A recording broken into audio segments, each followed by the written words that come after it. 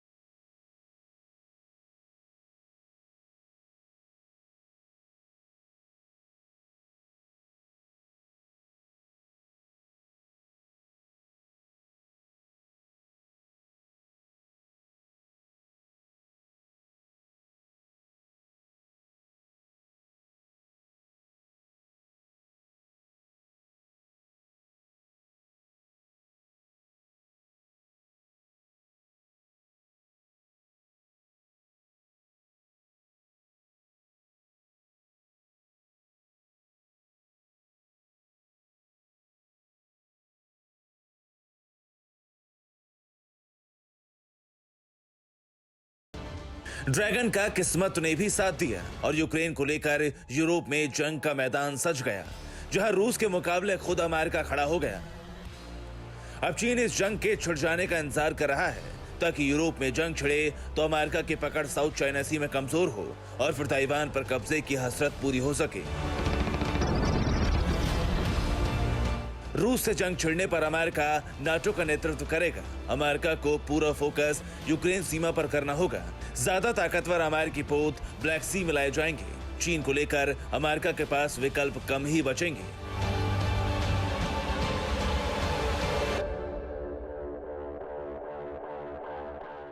इन हालातों में या तो साउथ चाइना सी में अमेरिका की मौजूदगी दिखावे के लिए ही होगी, या फिर बैकअप प्लान की ताकत भी चीन के खिलाफ झोंकनी होगी। और ऐसा नहीं हुआ तो फिर एक बड़ा विकल्प अमेरिका के पास ये होगा कि हालात को ताइवान और पड़ोसी मददगारों के भरोसे छोड़कर अमेरिका वहां से बाहर निकल जाए और रूस से टक्कर के दौर में इस विकल्प के इस्तेमाल के चांस ज्यादा हैं। इसीलिए पूरी दुनिया चीन के खिलाफ युद्ध के इस केंद्र को लेकर चिंतित है। ताइवान को लेकर दुनिया की चिंता को दिखाने का हालांकि कोई पैरामीटर नहीं है, लेकिन ताइवान की कॉमनवेल्थ मैगजीन ने इस चिंता से जुड़ा एक सर्वे कराया है, जिसे प्रकाशित भी किया गया है।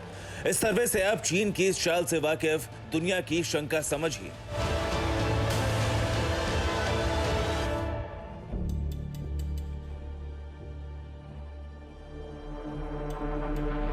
कॉमनवेल्थ मैगजीन में प्रकाशित सर्वे रिपोर्ट के मुताबिक 35.4% लोग ताइवान स्ट्रेट में युद्ध की आशंका से घिरे हैं। ये 35.4% उत्तरदाता मानते हैं कि युद्ध साल बदलने से पहले होगा। इसी सर्वे के मुताबिक 35% से ज्यादा लोग मानते हैं कि चीन ताइवान पर हमला करेगा। हालांकि 59.7% लोग सीधे ताइवान पर हमले की आशंका से इत्तेफाक नहीं रखते।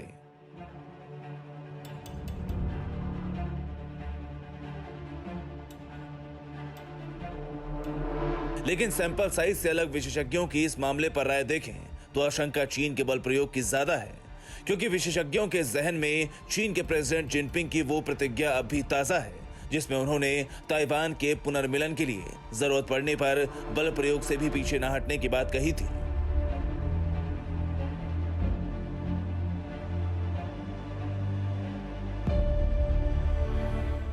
जबकि ताइवान की लोकतांत्रिक सरकार का गठन एक स्वतंत्र राष्ट्र के रूप में उसे अमेरिका के करीब ले गया था। इसीलिए आशंका के बादल विशेषज्ञों ने और गहराए हैं। दावे के तहत चीन ताइवान के एयर स्पेस की पहचान नहीं हो पा रही है, सिर्फ दावे के आधार पर एयर स्पेस की घोषणा हो रही है। एयर स्पेस ग्रे जोन युद्धक गतिविधि के कारण बन सकता है। उड़ानों को लेकर जारी हो रही चेतावनी माहौल गरमाएगी।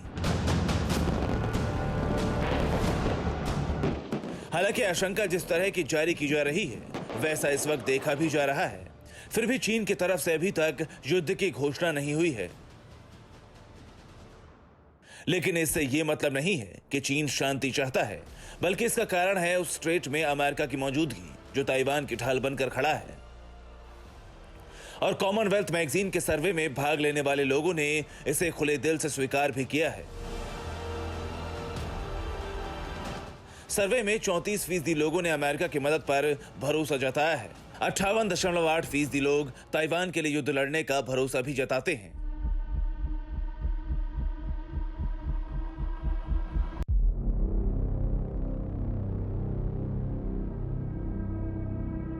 सर्वे में उत्तर देने वाले लोगों का मानना है कि अगर चीन युद्ध छेड़ता है तो अमेरिका हथियार और गोला बारूद की मदद देगा।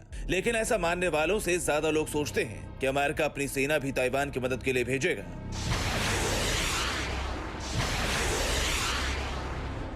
और इस भरोसे का सबूत है अमेरिकन न्यूक्लियर सबमरीन जो ताइवान की मदद के लिए चीन के करीब ग्वाम बेस के तट पर पहुंची है। जाहिर है ये ताइवान के लोगों की उम्मीद को मिला मजबूत आधार ही है।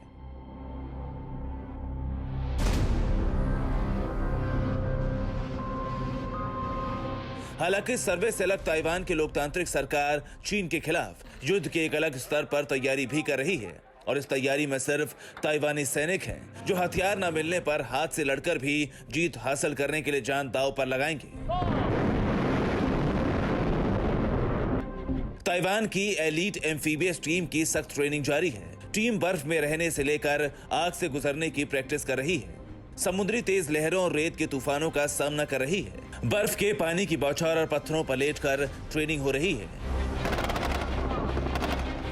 ये ट्रेनिंग किसी अमेरिकन ग्रीन बरे की ट्रेनिंग से कम नहीं है। इस एलीट एम्फीबियस टीम को देखकर समझा जा सकता है कि चीन को ताइवान कितनी बड़ी चुनौती मानता है। I should say that it is very serious. If you look at the military preparation on the Chinese side, they have modernized their military hardwares and their training and also their services in the last few years. And if you look at the level of their military exercises around Taiwan, either in the air or on the surface, or their missile capabilities, it's been improving tremendously in the last few years. सुना आपने, Taiwan के विदेश मंत्री Joseph वू भी चीन की उसी चुनौती का जिक्र कर रहे हैं जिसकी आशंका में इस वक्त पूरी दुनिया डूबी है। हालांकि चीन की तैयारी के जवाब में ताइवान की एलीट एम्फीबियस टीम की एक्सरसाइज बहुत छोटी तैयारी है, लेकिन ये चीन के कमजोर सैनिकों को हैरान कर सकती है जो सही वक्त पर काम आएगी। Bureau report, TV9 Bharatvarsh. Corona धर्म नहीं देखता, जात नहीं देखता, अमीर गरीब ऊंच नीच नहीं देखता। कोरोना सिर्फ मौका देखता है, लेकिन आप उसे मौका मत दीजिए। बस इतना कीजिए, जब कभी दफ्तर से बाजार से घर लौटिए तो इतना ख्याल जरूर रखिए कहीं आपके साथ कोरोना आपके घर तो नहीं जा रहा।